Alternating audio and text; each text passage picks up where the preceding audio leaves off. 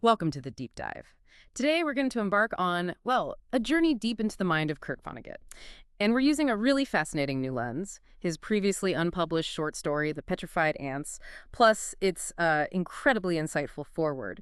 Our mission here is to unpack Vonnegut's unique blend, that mix of human comedy, profound tragedy, and really sharp social commentary. We want to show how even his early, sort of unseen works offer these chillingly relevant insights, still relevant today.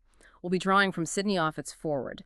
It really illuminates Vonnegut's character and his writing philosophy, and of course the short story itself, which works as this powerful, timeless allegory.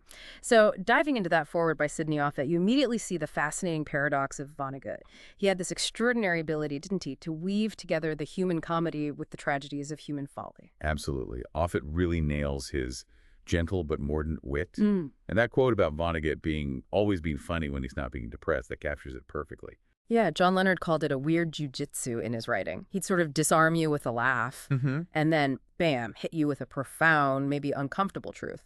And that paradox, it really feeds into the recurring themes you see in this collection. Like his clear misgivings about the practice of psychiatry. Right, that comes up. Yeah, take a story like Confido. There's this mind-reading device. It's meant to help, but instead it just digs up worse dissatisfactions. Yeah. It leads to this really painful discomfort with life. Wow. And it powerfully illustrates Vonnegut's, his chilling insight that maybe society's pressures can make madness seem like a rational response. Yeah. A devastating one, but rational. That's a heavy thought. And think about that line about a paranoiac being a person who has gone crazy in the most intelligent, well-informed way, the world being what it is. Right. It just completely blurs the line between what's sane and what society expects, doesn't it? It's deeply uncomfortable. And he wasn't just about big ideas. His actual writing, the wordplay, the observations, they just jump off the page.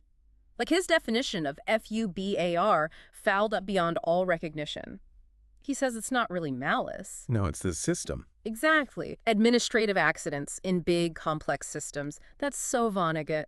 Or that description of the Indianapolis weather with 28ers for the sound effect. You can almost hear it. Yeah. It really puts you there.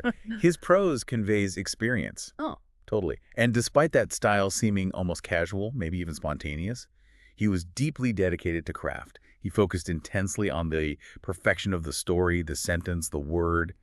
Really meticulous. You wouldn't necessarily guess that from the easy flow. Right. And he had this rule, this principle for writing fiction. Use the time of a total stranger in such a way that he or she will not feel the time was wasted. That says a lot. Respect for the reader. It really does. It shows the effort behind that seemingly effortless style.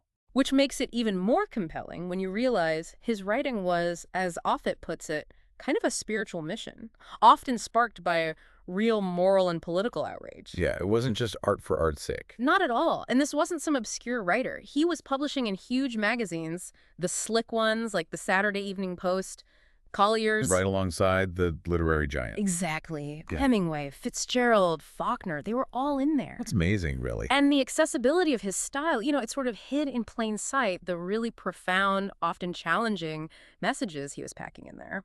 So let's shift gears now and turn our attention to The Petrified Ants itself. The story opens with this really foreboding atmosphere. It's set in the Erzgebirge, the Ore Mountains in Russian-occupied Germany. Right after the war. Yeah, and miners are digging for uranium. The whole setting just feels grim, oppressive. Definitely sets a tone. And we meet our main characters, Peter and Josef. They're brothers and leading myrmecologists, ant scientists. They've been called in to look at some weird fossils. And Peter's backstory is really important here. He'd already been publicly humiliated, basically. It was for a scientific paper on Rhabdiformica sanguinea. Those are the slave-raiding ants.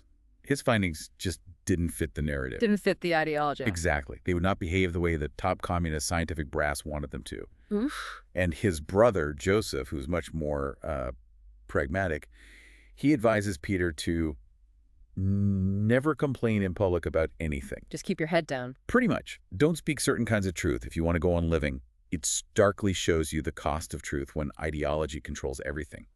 Facts have to bend to the narrative. So, amidst all this tension, they make this initial discovery. Deep down in this mine shaft, this hole, they find a pre-Mesozoic ant fossil. It's huge, an inch long, has a noble head, but almost no pincers. Totally unlike modern ants. Right. Immediately you know something extraordinary is going on. And then it gets even weirder.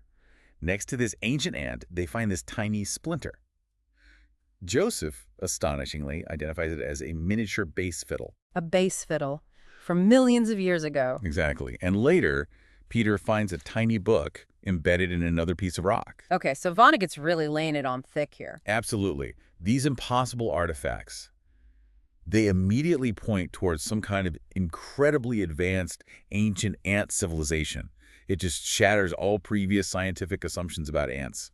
He's setting the stage for the allegory, and the story just masterfully builds that tension between the two brothers, right?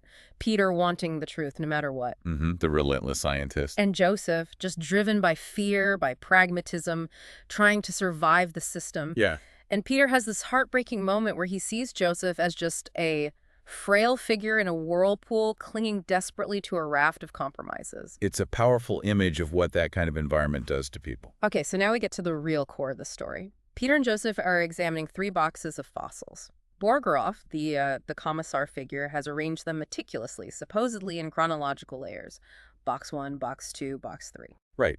And box 1, the deepest layer, the oldest, Peter immediately calls it the Golden Age. And what's amazing here is the evidence. These aren't just ants.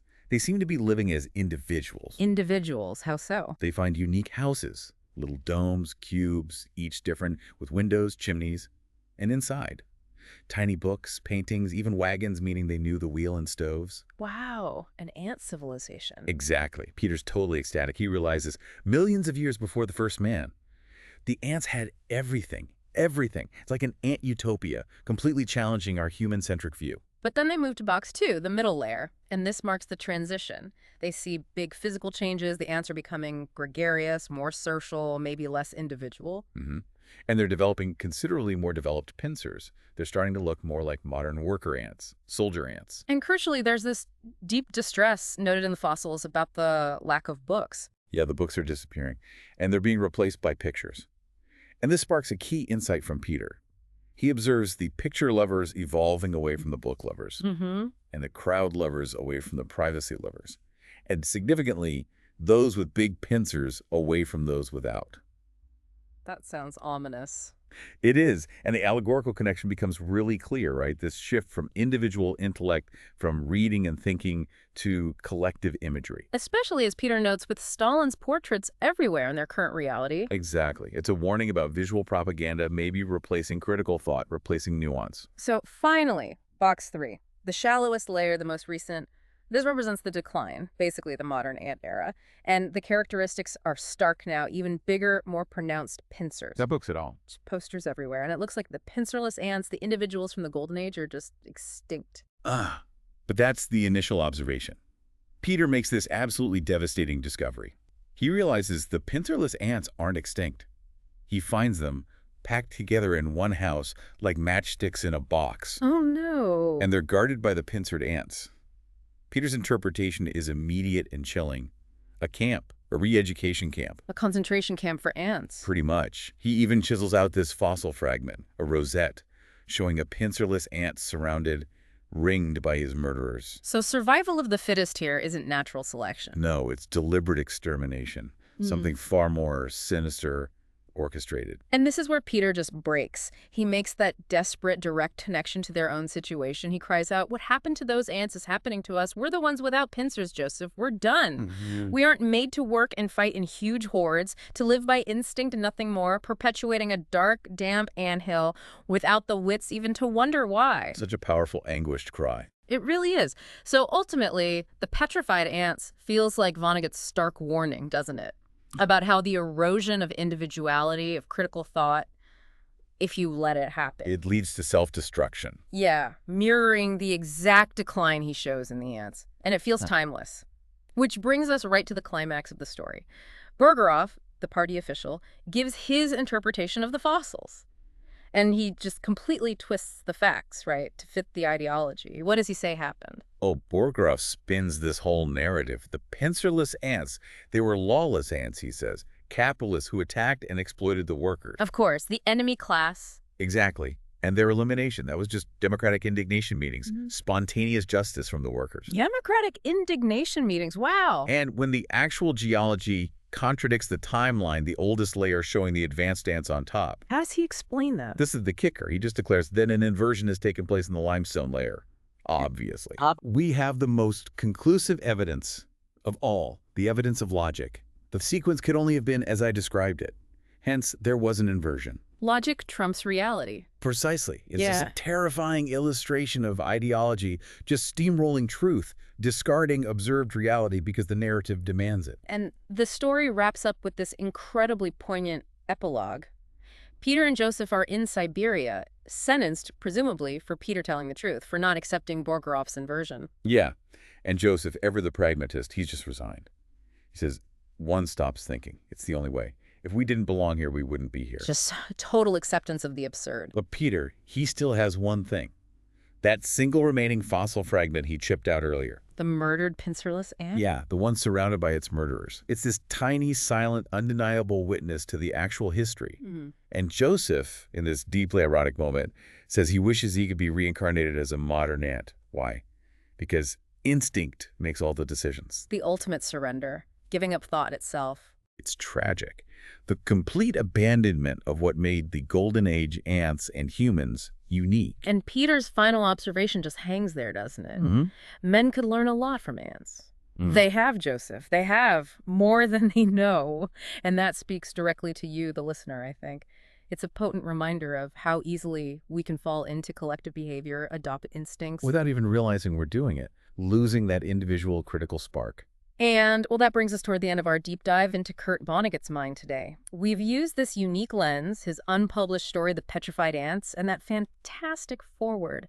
We've touched on his wit, his insights into the human condition, and really dug into this chilling allegory about suppressing truth and individuality. Yeah, we've seen the power of those imposed narratives, how easily they can take hold. We've seen the sacrifice sometimes of critical thinking just for survival, and how relevant Vonnegut's observations still feel today. So maybe a final thought for you, the listener. In this world just drowning in information, what narratives are we accepting without really questioning them? That's the question, isn't it? Right. What are the truths that maybe we're being encouraged to overlook or reinterpret? How do we make sure we keep our own metaphorical, pincerless ability to think for ourselves, to keep wondering why, and to challenge things that just don't align with observed reality, even when, maybe especially when, it's uncomfortable?